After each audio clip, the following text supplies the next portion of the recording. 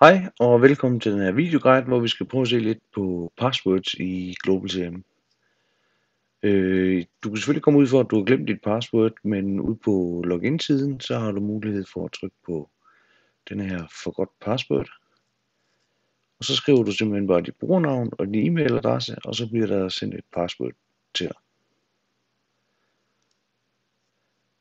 Hvis du bare vil skifte dit eksisterende password, for eksempel hvis I lige har modtaget jeres passwords over systemet, så er det en god idé at skifte til et personligt password, og så logger I selvfølgelig bare ind på CRM-systemet.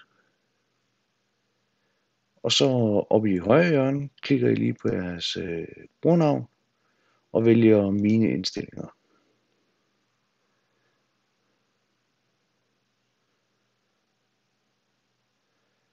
Så er det bare at trykke på knappen her Skift Password, og så indtaster I det nuværende password